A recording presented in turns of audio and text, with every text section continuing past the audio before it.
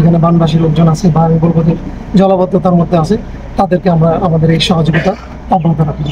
লালমনিরহাটের হাতীবান্ধায় তিস্তা ব্যাটালিয়ন 61টি বিজিবির উদ্যোগে বন্যায় ক্ষতিগ্রস্ত শতাধিক পরিবারের মাঝে ত্রাণ সামগ্রী বিতরণ করা হয়েছে। বিতরণ কার্যক্রমে উদ্বোধন করেন রংপুর সদর দপ্তরের রিজিয়ন কমান্ডার অতিরিক্ত মহাপরিচালক brigadier general SM Jahidur Rahman SGP।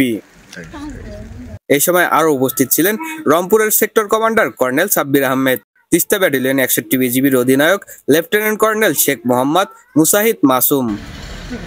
এ সময় রিজিয়ন কমান্ডার জাহিদুর রহমান সাংবাদিকদের বলেন, আচ্ছা, আপনারা জানেন যে বিজিবি সীমান্তের নিরাপত্তা এবং আস্থার প্রতীক। বিজিবি একই সাথে 24 আওয়ার্স আত্মমানবতা সেবায় নিয়োজিত।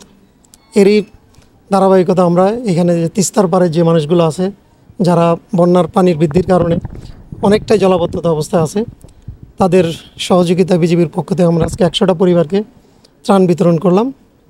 ইনশাল্লাহ আমাদের এই কার্যক্রম অব্যাহত থাকবে এবং ভবিষ্যতেও যে অন্যান্য যে এলাকাগুলো আছে, যেখানে বানবাসী লোকজন আছে বা আমি বলবো যে জলাবদ্ধতার মধ্যে আছে, তাদেরকে আমরা আমাদের এই সহযোগিতা অব্যাহত রাখবো।